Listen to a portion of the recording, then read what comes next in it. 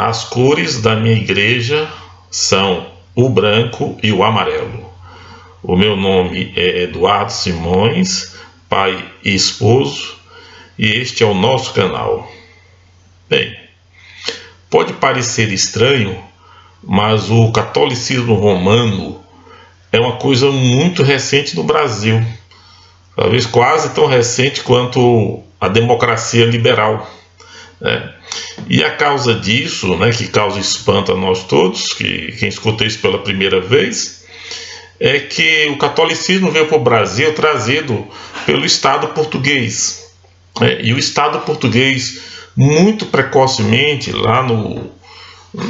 na Idade Média tardia, né, conseguiu exercer um forte controle sobre as ações do clero português. O sexto rei de Portugal, Dom Dinis, conseguiu fechar sobre a Igreja Católica local um forte controle,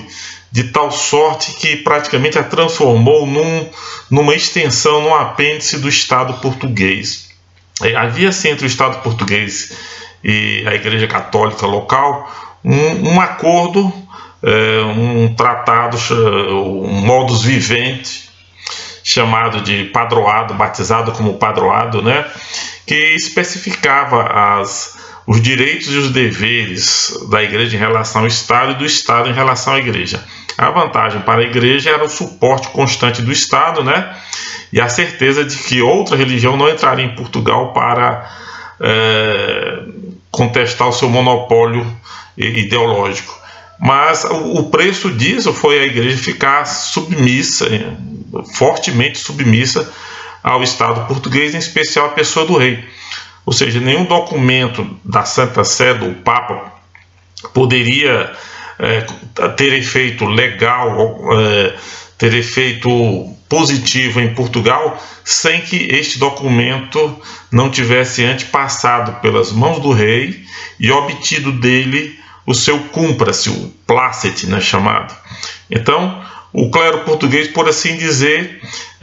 devia obediência antes ao rei de Portugal do que ao Papa, né? O próprio Estado é quem fazia, por exemplo, a coleta do dízimo e distribuía o resultado do dízimo de acordo com as necessidades do país. Então, muitas vezes, aquele dízimo que era coletado nas igrejas durante as missas era investido na construção de navios, de esquadra, no financiamento de guerras, etc. E se um pouco que sobrava era dedicado à formação dos padres, por exemplo. Se investia muito pouco na formação dos padres. E isso é uma coisa que já veio lá de Portugal. Então,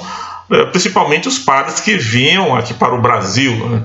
Eventualmente podiam-se construir grandes igrejas e grandes templos para, por meio deles, ressaltar perante as outras nações a força econômica do Estado português. Mas a formação dos sacerdotes sempre foi muito deprimida, sempre foi muito espezinhada e quase nada se investiu nessa área.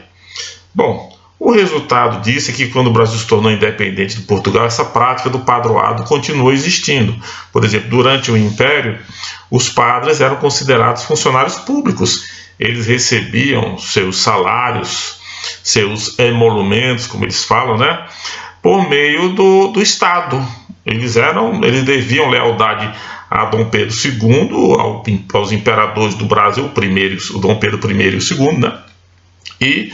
da mesma forma que acontecia em Portugal, os documentos papais tinham que passar antes pelo crivo do Estado, do aparelho de Estado, o imperador e seus assessores, para depois saber se valia ou não, se ficaria valendo ou não no território nacional. Qualquer tentativa do Papa dirigir a igreja sem pedir licença ou sem pedir a anuência do imperador seria considerado um atentado à soberania nacional. Foi dentro desse quadro, né, que surgiu a famosa questão religiosa de 1874, envolvendo os bispos de Olinda, Dom Vital Maria Gonçalves de Oliveira, né, e o bispo de Belém do Pará, Dom Antônio Macedo Costa, a respeito da presença de elementos da maçonaria ou dentro da igreja, né, e das irmandades nas reuniões da maçonaria, uma vez que entre a igreja e a maçonaria havia um desacordo tremendo, um desacordo essencial, né, e que, portanto, o Papa Pio IX achou por bem determinar que não houvesse mais comércio entre membros de irmandades, padres e até bispos com a maçonaria, como havia antes aqui no Brasil, uma vez que aqui no Brasil, pelas leis do Império, isso não era de maneira nenhuma impedimento. Então os bispos Dom Vital e Dom Macedo tentaram fazer cumprir a ordem do Papa, contrariando a lei local, e por isso teve início a questão religiosa, né, com os bispos sendo acusados e processados de acordo com a lei, por estarem descumprindo a Constituição do Brasil. O interessante observar nesse episódio, que durou uns 2 anos mais ou menos de marchas e demarchas, os bispos chegaram a ser condenados e presos e tudo mais, é que embora nas cortes, no parlamento brasileiro da época, houvessem 5 deputados que eram padres,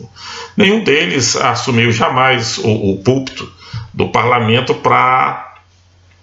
defender os bispos, da mesma forma que os outros bispos, né,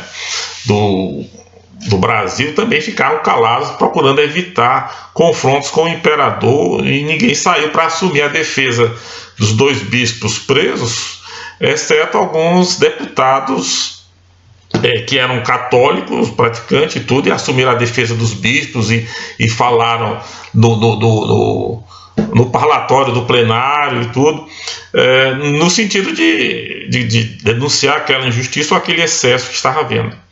Então, essa submissão da igreja ao Estado explica muita coisa, né? Inclusive uma certa cultura que existia na igreja antiga, de estar sempre ali junto do palácio, das casas mais ricas, mais nobres, e de uma certa forma esquecer um pouco a formação do povo, ou fazer vista grossa para algumas coisas que estavam acontecendo e não podiam acontecer, por exemplo, como foi o caso da escravidão arrastada até o final do século XIX, apesar de declarações bem anteriores de papas denunciando essa prática, né? E ela já ter sido praticamente abolida em quase todos os estados ocidentais. Pois bem, então era de se entender que a partir de determinado momento, quando a igreja finalmente se libertou do Estado, graças à proclamação da República, né, procurasse haver um certo acerto de contas com esse passado, com uma aproximação maior da Igreja Católica, do clero católico, do povo, sempre tão abandonado, tão esquecido por este clero, eventualmente visitado por um ou outro grande pregador, grande missionário, como o célebre padre Ibiapina no século XIX, e o Frei Damião de Bolzano recentemente, etc. Mas era preciso uma coisa mais consistente, uma coisa mais dirigida, mais focada nisso, que conclamasse as forças da igreja, né, a fazer a conversão, a trabalhar pela conversão do povo. Bom, o instrumento para essa aproximação acabou sendo a teologia da libertação, que de princípio tem objetivos que são realmente positivos: aproximar mais a igreja do povo, em especial do povo pobre, como era do feitio de Jesus, como era da prática de Jesus Cristo, né? Que não recusava a ninguém, mas tinha um carinho especial pelos pobres e pelas crianças, e isto é bem visível, e a igreja tentou, a igreja católica, agora se romanizando aos poucos, né, se libertando do Estado, procurou chegar nisso, e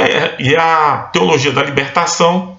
aparentemente dá um grande empurrão nessa direção, a meu ver, positiva. Entretanto, alguns membros da teologia da libertação se deixaram contaminar precipitadamente, né, pela doutrina marxista, ou pela ideologia marxista, né,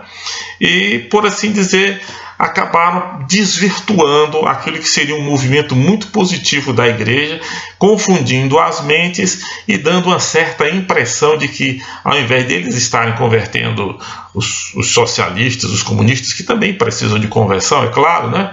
eles é que estariam sendo convertidos por aqueles, né? E por conseguinte alguns setores da igreja estariam sendo perigosamente aparelhados